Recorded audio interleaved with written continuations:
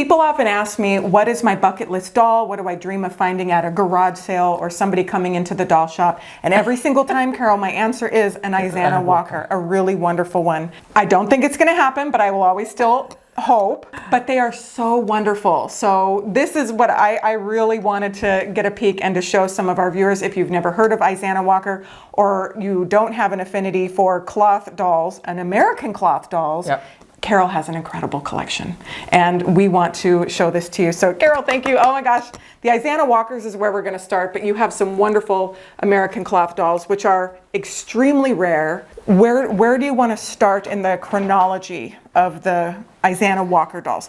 And who is Izannah Walker? We should say that first. Yes, so Izannah Walker was the sort of, I guess, the original American cloth doll maker. I'd never heard of her or any American cloth dolls before I came to live in Houston, Texas in 1997. And it was lovely Nancy Smith who introduced them to me. And I remember saying to her, why do you guys all buy our French and German bisque dolls when you've got such marvellous American cloth dolls on your doorstep?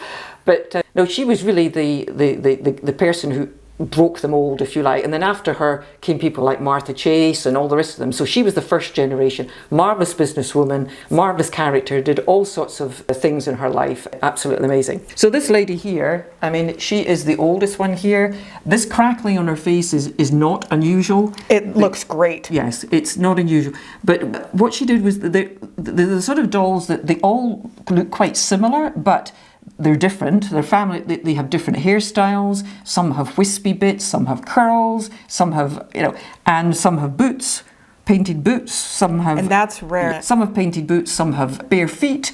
And you've got these marvellous, marvellous long extended fingers. So the dolls are absolutely fabulous. And they were made for some years before she patented. She didn't patent quite late on.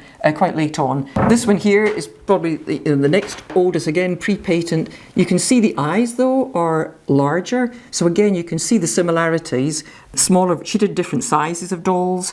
And this one has, yes, lovely little painted boots with the let's see if we can get those painted boots. Oh, how... Yeah, let's see. There we go. Oh, look at that. The painted boots. And they've got little black, this one's got black designs on it. Some of them have laces. They're all very different. But again, the lovely sort of long fingers, etc. This one, I think, is a bit later again. Now, she's had some overpaint to her, and some people, they don't like the crackling, so they do overpaint. This belonged to a very dear friend of mine, and she still just looks lovely. Well, in fact, there's a story that we used to share at convention, and we both liked similar dolls. And it was, this Izannah Walker was on sale at the same time as a Colombian. And I saw the two dolls, and I ummed and ahed and walked off. And when I came back, the Izannah was gone. So I bought the Colombian. And when I went upstairs, I said, you'll never guess what I've bought. I was so excited. And I took out my Colombian, and she took out the Izannah Walker. Oh, she bought the Izannah Walker. So she passed away a few years ago, and this one came to me. Oh, that's so special. So they're back together again. And that just makes it all the more meaningful. This little one here is a head only, and this is believed to be a transitional doll from this sort of older version to what I'll show you in a minute, was the post-patent. And this head is believed to have been sold separately because you can find it on a number of different styles of bodies. So the belief is that it wasn't always sold as, a full doll. And this is slightly getting prettier. It's got more of a sort of maybe a bisque look to it rather than the older dolls. And then here in the back you've got a pair of the post-patent. This girl actually has the patent mark on her back. It's a label. And this is a girl and that's the boy. And they came together as brother and sister.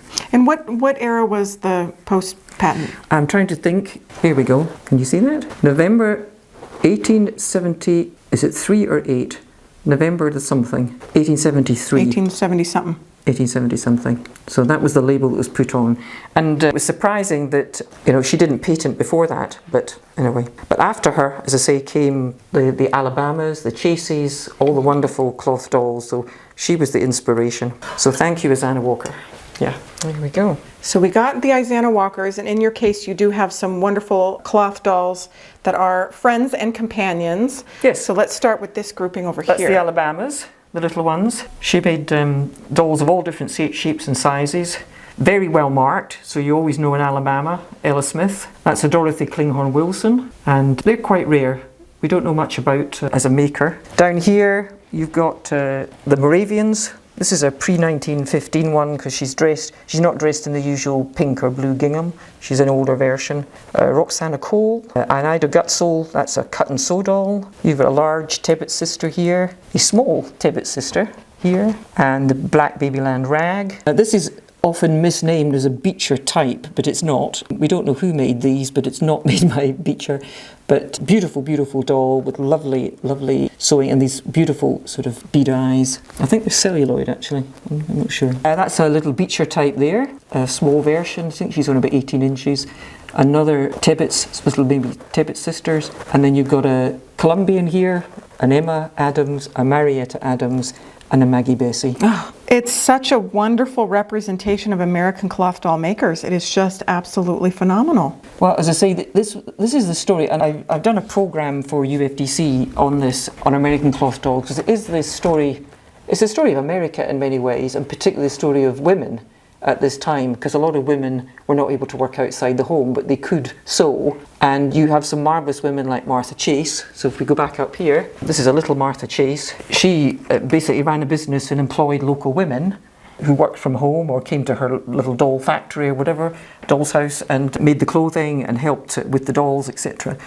And lastly here you've got the Philadelphias, the two different faces. But you see the story, I in the programme I map out where on the map of the US where the dolls were made, and you can see there's a lot of them in the East Coast, but the makers gradually worked their way, and then it was the story of America as people were travelling. But it's a wonderful, wonderful dolls. There's so much to love about them. They do tell a story of a survival, and just as women and mothers ourselves, we can see what they were trying to do. Yes. You can almost feel that energy of survival and trying to make something to support your family and to have a job. And it was interesting that later on, Kathy Cruz, of course, in the early 1900s, she picked up on the cloth dolls, and very much she was a mother. She had a very large family. In fact, she made her first doll for her eldest daughter, who, when she had her second daughter, said, I want a baby like Mummy has. Yeah. So she made the potato head doll, and that started her off.